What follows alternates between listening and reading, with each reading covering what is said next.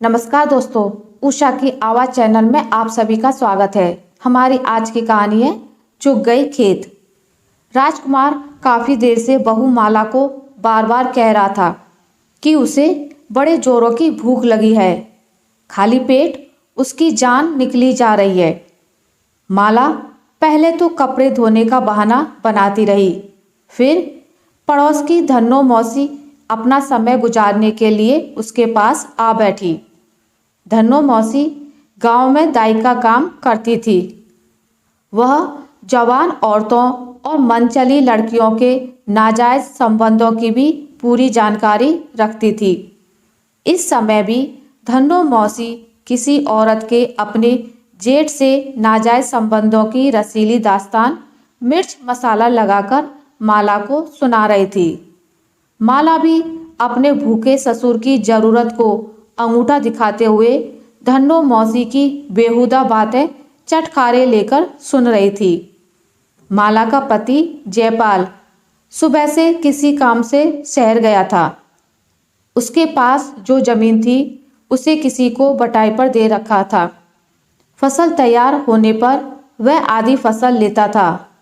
माला की शादी को 5 साल हो चुके थे, पर अभी तक बच्चा नहीं हुआ था।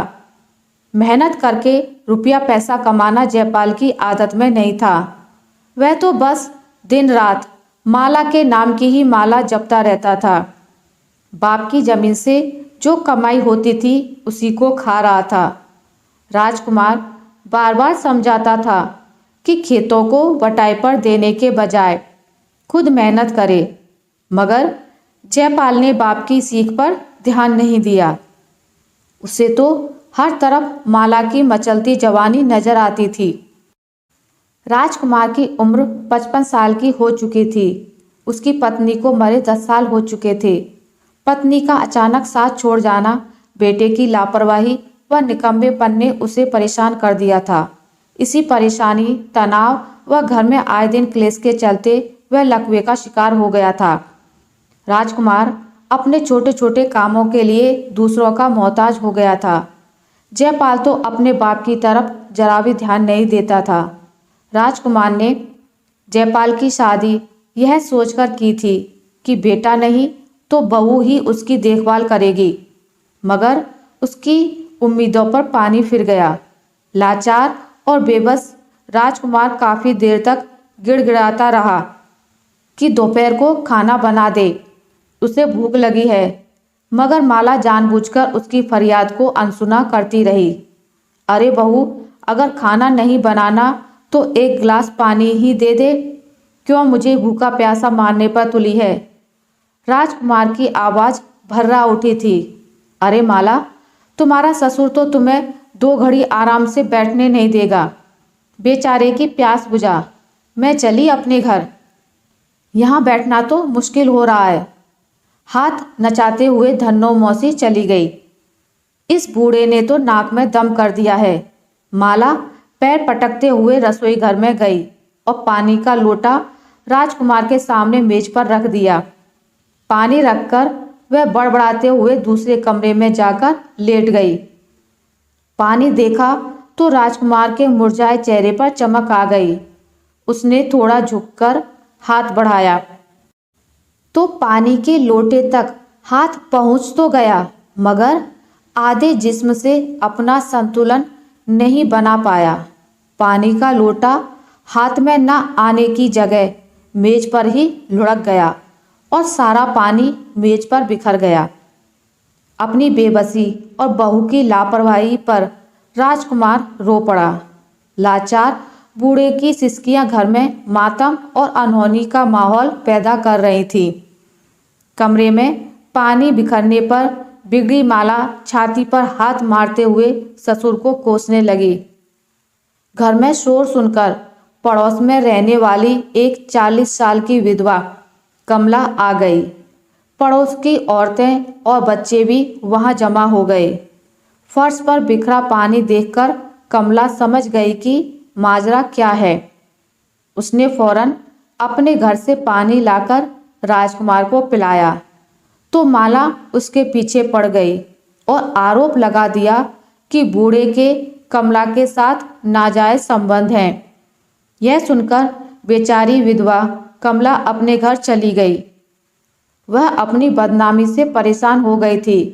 शाम को जयपाल जैसे ही घर आया, कुछ औरतों ने माला की शिकायत की कि वह उसके अपाहिज बाप पर जुल्म कर रही है। आज तो उसने ससुर को सारा दिन खाना भी नहीं दिया। मोहल्ले की औरतों की बात सुनकर जयपाल का जमीर जागा। वह घर में घुसते ही माला पर बरस पड़ा। पति के बदले तेवर देखकर मोटे मोटे आंसू बहाती हुई माला ससुर पर गलत आरोप लगाने लगी कि इस घर में रहकर अपनी बेइज्जती नहीं कराएगी। घर में अपने बाप को रखे या उसे, जब तक वह अपने बाप को घर से नहीं निकालेगा तब तक वह लौटकर नहीं आएगी। ऐसा सुनकर जयपाल नरम पड़ गया, मगर माला अपनी जिद पर अड़ गई थी। उसने पति की बात नहीं मानी और कंधे पर बैग उठाए रिक्शे में बैठकर बस अड्डे पहुंच गई। जयपाल ने तो यह सोचकर माला को धमकाया था कि उसे अपनी गलती का एहसास होगा, मगर यहाँ तो पासा ही पलट गया था। जयपाल भी बस में बैठा और माला को मनाने ससुराल चला गया। वहां पहुंचकर माला से माफ़ी मांगते हुए घर चलने को कहा तो जयपाल की सास ने बेटी का पक्ष लेते हुए कहा, देखो दामाद जी, मेरी बेटी को आपका बाप तंग करता है। जब तक वह जिंदा है तब तक माला वहां नहीं जाएगी। मगर माँ जी, मैं तो माला के बगैर एक दिन भी अकेला नहीं रह सकता। माला में तो मेरी जान अटकी है। जयपाल ने माला का हाथ थामकर अपनी दीवानगी जाहिर की। सास मन ही मन खुश हुई। उसे लगा कि बेटी ने जयपाल को अपने रंग रूप का दीवाना बना रखा है। अब तो बूढ़ा जल्दी ही मरेगा, तब उसकी बेटी अपने घर में मज़े से रहेगी। उसने जयपाल से कहा, अगर ऐसा है तो तुम भी यहाँ रहने आ जाओ, तब तो दोनों की समस्या ही खत्म हो जाएगी। जयपाल भी तो यही चाहता था। इधर माला का छोटा भाई कॉलेज जाने लगा था। बापू के साथ खेतों में काम करने वाले आदमी की जरूरत थी। जयपाल ने वह कमी पूरी कर दी थी। रात के 10 बजने को थे। अपाहिज राजकुमार आंसू बहा रहा था। उसे लगा कि बुरे समय में बहू ने तो साथ छोड़ा, अपना पैदा किया बेटा भी उसे भूल गया। अचानक राजकुमार के मन में ख्याल आया। उसने मेज पर टेबल फैन चलता देखा।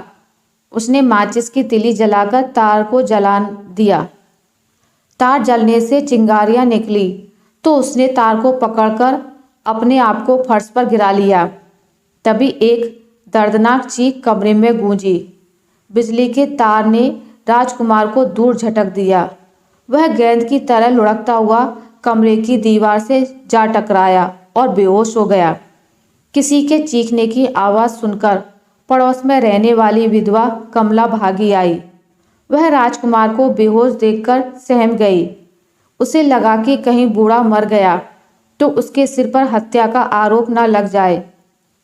कमला ने गौर से देखा। राजकुमार की सांसें चल रही थी। उसने सीने पर हाथ रख के देखा तो दिल धड़क रहा था। वह फौरन दूसरी गली में रहने वाले डॉक्टर को बुला लाई। डॉक्टर ने बेहोशी हटाने का टीका लगाया तो राजकुमार को होश आ गया। होश में आते ही उसने उठने की कोशिश की तो वह अपने आप उठ खड़ा हुआ और खुशी के मारे चीख उठा, डॉक्टर साहब, मैं खड़ा हो सकता हूँ। मेरे हाथ और पैर में जान आ गई है।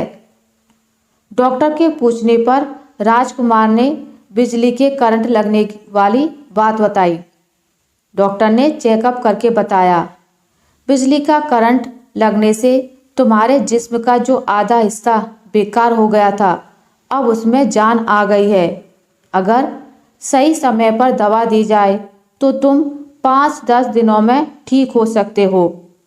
यह सुनकर राजकुमार के चेहरे पर खुशी उभर आई। आप दवा दीजिए डॉक्टर साहब, इनके बेटा बहू तो यहाँ पर है नहीं, फिर भी इंसानियत के नाते मैं इनकी देखभाल करूँगी। कमला ने मदद करने का भरोसा दिया। डॉक्टर दवाएं देकर चला गया। कमला ने राजकुमार को हल्का खाना बनाकर खिलाया और दवा देकर अपने घर चली गई। 4-5 दिन गुजर गए थे।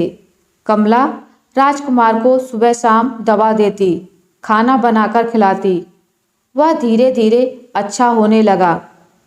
राजकुमार मन ही मन कमला का एहसानमंद था, मगर गांव के कुछ लोगों ने नीची जाति की कमला के ऊंची जाति के जमींदार के घर के रसोई घर में खाना बनाकर खिलाने पर नाराजगी जताई।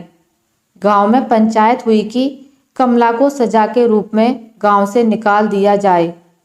यह खबर राजकुमार को लगी तो उसने फौरन कमला को बुलाकर पूछा, गांव वाले तुझे भलाई करने की सजा देना चाहते हैं, मगर मेरी मजबूरी किसी ने नहीं देखी।